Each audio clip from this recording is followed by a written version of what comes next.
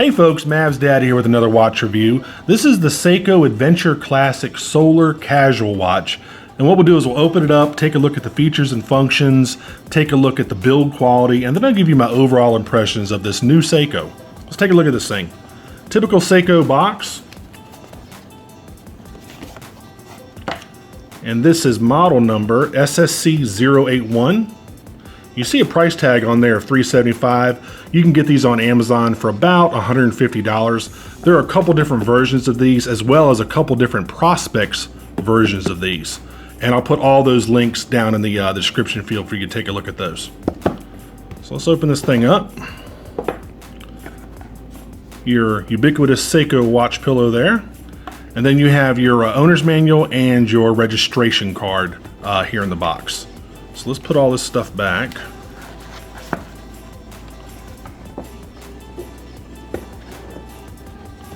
And let's get the review going here. Now, as I said earlier, this is a new Seiko, and there are a couple different versions of this, as well as a couple different Prospects versions of this. This is the stainless steel on a leather band. It's a calfskin band right here. What I'll do is I'll go ahead, in the left-hand corner, I'll put the specifications of the watch, but I'll go ahead and kind of list them off to you. You're looking at a 41.5 millimeter case. The band is 20 millimeters.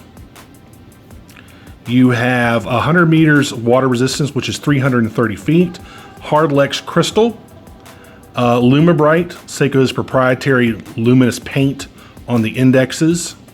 It also has a compass feature. If you notice, this inner bezel turns. There you go. You have some pushers at 2 o'clock and 4 o'clock, and you have a regular crown. This is not a screw down crown. With this watch only being waterproof to 100 meters, there's really no need for a screw down crown. And how they even gain that much water resistance with this internal bezel being able to be turned like that, I don't know how they do that. It's pretty cool though. Anyway, so let's look at the rest of it. You have a 12-hour alarm right there. So basically what you can do is you can set the alarm to go off 12 hours from the current time. Now you can't set this alarm to go off like 2 or 3 days ahead of time at a certain time. It only goes off 12 hours from whatever the current time is. Your actual second hand is at 9 o'clock. I don't know if you can see that thing ticking or not, but that's your actual second hand over at 9 o'clock. There you go, you can see it ticking now. Obviously it's a chronograph.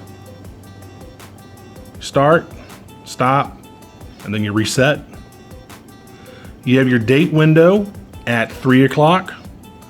Your Seiko branding along with the word solar underneath that. Now, if you get the Prospects version of this, it's going to have a kind of a NATO style band or a canvas band, as well as different branding. It'll say Seiko, then Prospects, and then 100 meters under the word, the symbol, the icon for Prospects. It'll say 100 meters under that. It's a V172 movement, quartz movement, solar powered.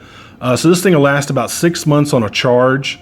If you just expose it to direct sunlight for just literally, I don't know, a few minutes. I'm not sure exactly how long you have to expose it, but I'm guessing it's not more than a couple minutes.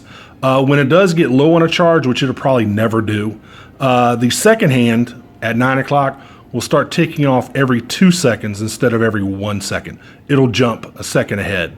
So it'll do every 2 second increment to let you know that the power cell inside the battery needs to be charged up. But you'll probably never ever see that because outside sunlight will charge this, incandescent light will charge this, fluorescent light like you see in an office, those energy efficient lights, any type of light source is going to charge this with absolutely no problem. You have a nice bezel here. It's non-movable. It's basically just nice and polished. The case is very nicely polished. I mean, this is more of really a casual dress watch. This is not really meant to withstand a lot of torture or beating up. I mean, it's really meant to be more of a dress watch. Not my particular style of watch. I like a little beefier watch, something more water resistant, a little bit tougher. But you know, for a night out on the town, going out on a date, some sort of nice social function, this will be a nice looking watch. And again, it comes in a couple different variations. And like I said, I'll put all those in the description field. Trying to think of anything else that I missed. You're looking at, like I said, Lumibright and all the indexes, all the hands. What else? Hardlex crystal. Let me look at the case back here. Just your standard screw down case back. Nothing spectacular. The pushers are nicely polished as well. The crown also is nicely polished. Again, you know, it's just your normal crown. You set the date by pulling it out to the first position, and then you set the time by pulling it out to the second position. There you go. It's really not a complicated watch. It's really just made to look good. So far as this compass function, I mean, nobody's really ever going to use that. I mean, it's kind of a novelty. It's neat to do. It's neat to look at and turn this internal bezel. But it's not, you know, it's not something you're probably really ever going to utilize.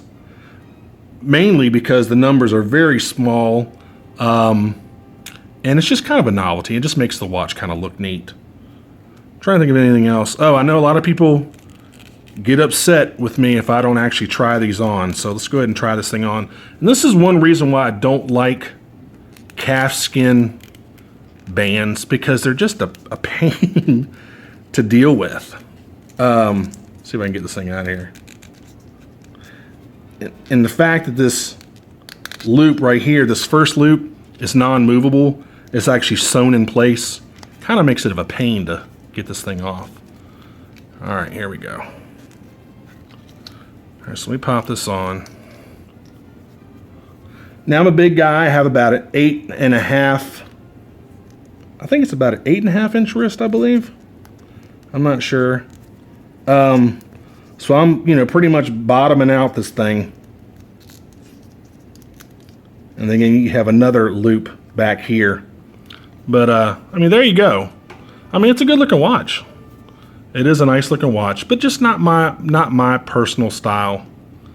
But I mean, it's probably the main reason is because the face is really busy. It's got a lot of numbers printed on there. It's got a lot of information on there. But I mean, it's a good looking watch, but just probably not something I would probably get for myself. Like I said, I like a little beefier watch. The bezel does have a coin edge right here. Now, like I said, it doesn't move. It doesn't rotate at all. It's not like a unidirectional bezel you would see on a dive watch. It's basically just for looks, but it adds a nice little aesthetic to the watch. So let's take this thing off.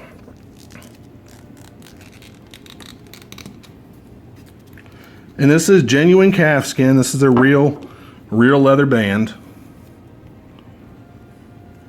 So you can see right there it says calf. Band made in China. That's a shocker, right? Seiko. And I guess that's just probably their part number. And this will give you a little closer look at the case back. Just your simple screw down case back. So there's really not much else to say, folks. If you like this one, like I said, I'll put some more links to different models of this watch in the description field.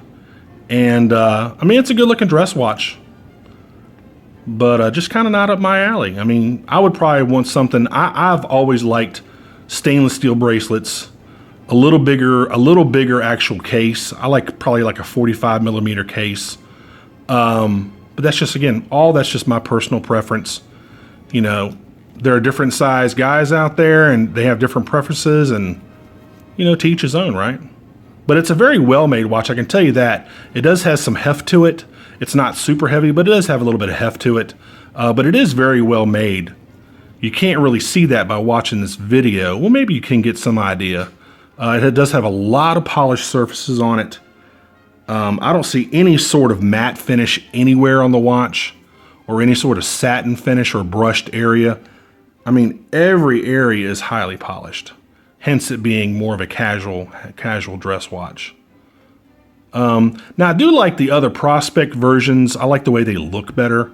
I like that canvas style band. Like if you ever had a pair of Sperry topsiders, that's the same material those bands are made of, that kind of canvas. I do like the way those look better. So if I was ever going to sport a casual watch, I would probably do one of those in a different color. So, Anyway, folks, if you like this video, please click on like. If you want to subscribe to my channel, please do so. I've gotten a lot of subscribers lately, and I really appreciate it. I've also launched the mavsdad.com site. It's actually mavsdadwatchreviews.com, and that'll be going live here probably in the next week or so.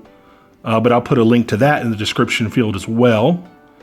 And like I said, if you want to subscribe to my channels, please click on subscribe. And if you want to, like this video, please click like, and I'll put a little reminder in the lower right-hand corner of the screen for that for you. But that's been about it. Again, this has been the Seiko Adventure Classic Solar Casual Dress Watch.